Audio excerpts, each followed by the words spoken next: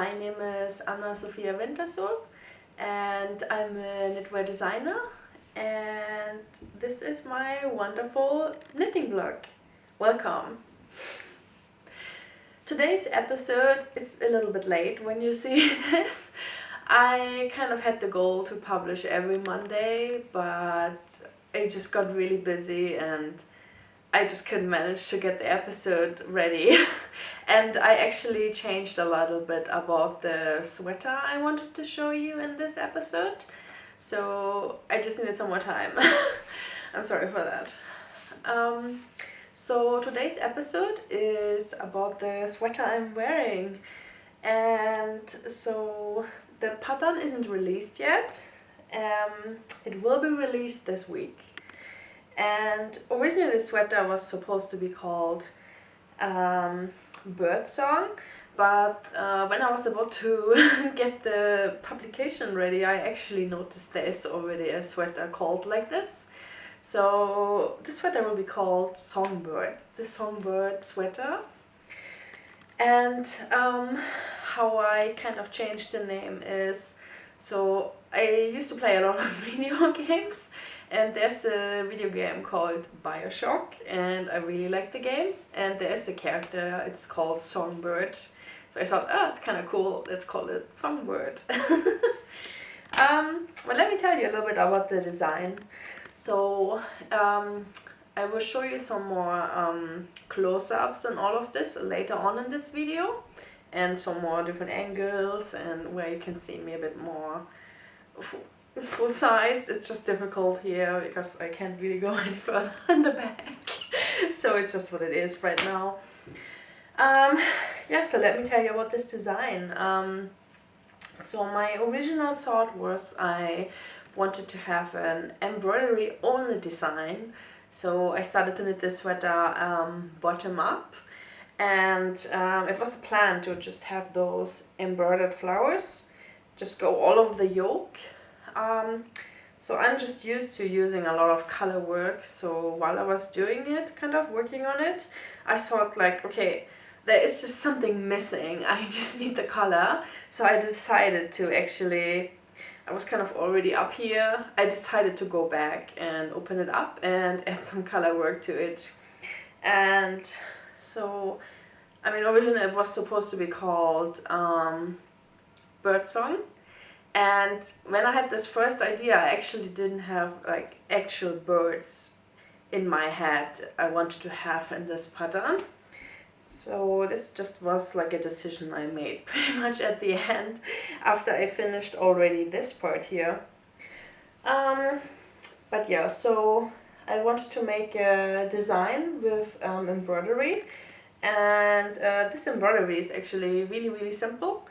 And I will also show you a step-by-step tutorial, let's call it like this, how I actually did this. And all embroidery is added at the end, so you just knit in the main color up to basically half of the yoke. And I will finish the color work first, and then later on I just took a needle, like a regular darning needle, and I first added those little bubbles or popcorns, how you would call them. It's there's a name for the stitch which I just forgot, so I will write it down here when you see this video. And it's really simple, so it is really quick. It's just a little wrap around the needle and pulling it through. It's done really quick. And so I was doing the blue ones here, the little bubbles first, and then afterwards I was adding the flower petals, you could say, in a way, just around it, which is also just really wrapping it around really and up and down inside the, and yeah, so I was actually not 100% sure how I was gonna place the flowers. The original thought was to just have them really all around, and I think I want to wear the sweater a few days and decide if I'm gonna leave it like this or if I'm gonna add some more flowers to it. Maybe you have an opinion on it. I really like to always hear what people think, and I like to always ask, what do you think? What do you think? What's your opinion on this? Unfortunately, I'm a lot of the times not really getting like an answer. I usually get like, oh, it looks cool, oh, nice. And it's like criticism is, I mean, what makes us improve. So I like to hear criticism over compliments, actually. Yeah, so that's for this part. If you look at the neckline, so I will show you the bottom part later on as well. I don't want to pull up my sweater right now because I only wear a branded. But you see I have a little peacock edging here. And the same goes for the bottom of the body. And I also have added a vertical braid. And you're going to see this later on in this video. And the arms I just made regular. And I mentioned in the last video, I was considering maybe making shorter sleeves like this. But I think it's really comfortable and nice to just have it like just like this. Yeah, so that's a little bit about the Songbird sweater. I still have to get my head around. It's not bird song, it's Songbird now. And I will show you more in the rest of this video. And I also want to answer 2 of your questions in this video. So the first one is, you have asked me if I have other hobbies as well except knitting. And yes, I have a lot of hobbies. And so I love gardening, I love painting, I love cooking, I love baking cakes. I was at some point that I wanted to make birthday cakes for other people because I just love making cakes and I want to make at least 1 cake every week, and you get a lot of weight from eating cakes. So I just don't have anyone who eats the cakes. So I was kind of like, it was an idea, but it's really hard to actually, yeah. I make some cakes sometimes for people when they ask me. I really love making cakes.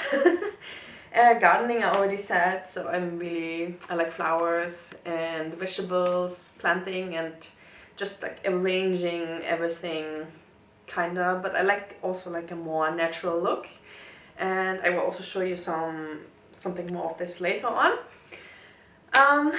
So painting, I mean, my start in my career was painting and designing characters, and it has been something I love to do from very early on, and I still really love to do. And another big hobby of mine is sewing. I really love sewing, and I actually just started to do it really like kind of a lot for like about a year now. So I'm still kind of learning, but I do enjoy it a lot, and I want to show you what I'm making. And I also have a question actually for you. Maybe you have a suggestion for a pattern for a dress. So I'm going to show you this first. I got this really beautiful fabric, and this is from Blackbird Fabrics, I think it is called. And I wanted to have this fabric for over a year now, and it's always sold out, and it is still sold out, but I was lucky and I got it on it's kind of like a Norwegian marketplace kind of thing. And it was so funny because I searched for it again, and I was dreaming about it, and I was looking for other ways to get it on. I just really wanted this fabric, and I was googling it, and then just this marketplace listing came up, which was in Norway, and the person just posted it 3 days before. And I don't know, I think like Norwegians are not, oh, it's hard to say. I feel there's not so many people are sewing. At least I actually do not. I know one person who is sewing, and she does it as work as well, but that's it. And yeah, so when looking at marketplaces, it's really hard to kind of find people selling fabrics or like do quilting. I think that's also something really cool to do. But yeah, so do you have a suggestion what I can do with this? So I really wanted to make a dress. I like dresses which are longer and at least cover my ankles. And I also like dresses which go high up on my neck. I don't really like to show much. And maybe you have a suggestion what I could make. And I do only have 2.5 meters of this, which is 3 yards, I believe. And I usually wear a size XL to XXL. So maybe it's kind of a little bit like a limitation. So maybe you have an idea what I can do with this. Yeah, that's for this really lovely fabric. And I think I'm gonna put a link below so you can see where you can also get it. It's not sponsored of any kind. It's just my suggestion. I found it. I thought it's amazing. I would love to have it sponsored since it's always sold out, and I wish I could make 50,000 dresses out of this. So this is this. What I made so far. I made a top which I really like. It is called the Sagebrush top. And I actually have some discoloration here when I was drying it. I think there was a different blue fabric which I hand dyed laying on top, and it kind of like absorbed some color of it, and I tried washing it like 5 times by now and it's still there. So I just have to live with it. Why I'm showing you exactly this one right now is because I finished just a new Sagebrush top yesterday. And it looks like this. So I have not washed it yet, and I'm gonna put it on later and you can see how it looks when I'm wearing it. This pattern originally asked you to just use one color, but I've been using scrap fabric, whatever I could find, because I have to save money. And fabric is expensive, so I was just using what I already had and what I could find. So the arms, for example, are a bed sheet from my son, and the size of mattress used or bed sheet used is up to about 1 year, so it was too small for him. And I thought it was it's such a nice fabric, I kind of want to reuse it. And originally I bought this fabric on sale for maybe 50 cents. So I thought, okay, I can just use it. Excuse me. And the same for the front. So this originally was a shirt I found in a thrift store. And it was a size M shirt, and it was about 5 cents maybe. And I only bought it because I wanted to use the fabric to make something. And so this is just some red leftover, and this is also some more leftover I found. And the back side looks like this. I haven't washed it yet, and I still have some threads I have to kind of cut off. I kind of procrastinate those things really until the very last end. But yeah, this is another one. Next up, I had some more questions about my upcoming book. I cannot show you too much what's coming out in there, but I can just give you a little tease. So there is one design in it. It's called Kitulu. And if you've read the description of my upcoming book, you kind of talk about it a little bit on the back side of the book. And the threads are still hanging on this sample. So this is an design yourself sweater, which means you get the sweater pattern, which is basically plain, and you get a lot of charts. It's about 30 charts, and you can place them on the garment yourself, and you can decide where you want to place them and how many you want to use. This is just the inner side. I cannot show you the actual outside. So this sweater has a pattern all over. You don't have to do this, of course. You can just make it however you want it. You can place a little bit of pattern on top, just at the bottom, or do it all over as I do it here. So I have to say, I did not knit this sample. So in my book, in the upcoming book, I have 21 patterns, and I usually show each of those patterns in 2 to 3 color combinations.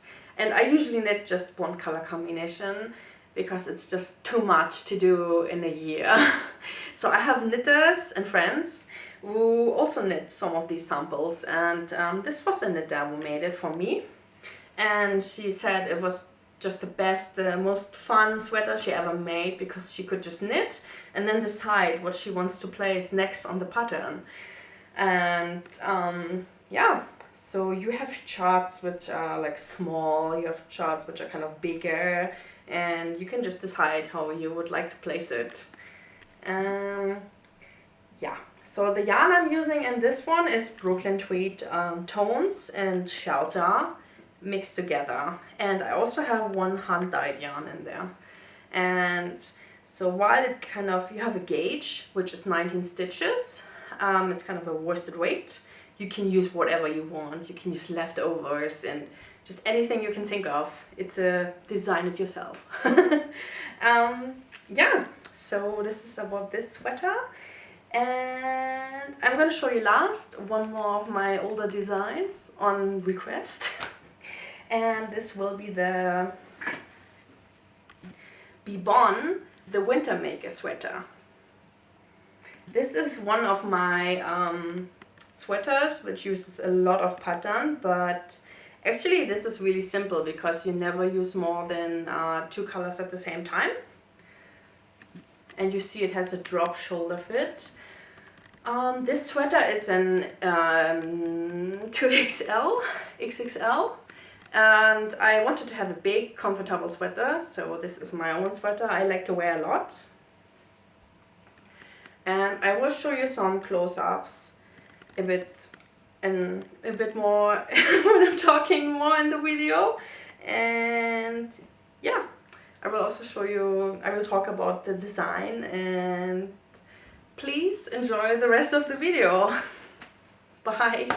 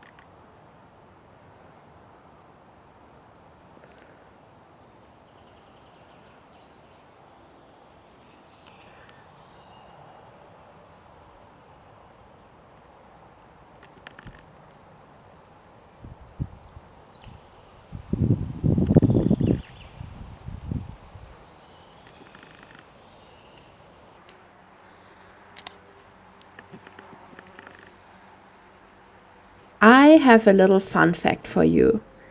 The flower you see here is called lupine. And if you live in Sweden, Norway, or Iceland, you should know that this plant is blacklisted. This means it's invasive and harmful to our local ecosystem. This includes bees. Therefore, go ahead and pick as many flowers as you want. They are beautiful in your living room and you can help the ecosystem around you by picking them. I also suggest to check your local rules if you're not located in Sweden, Norway, or Iceland to check if this plant is maybe blacklisted in your area as well. And go ahead and pick it.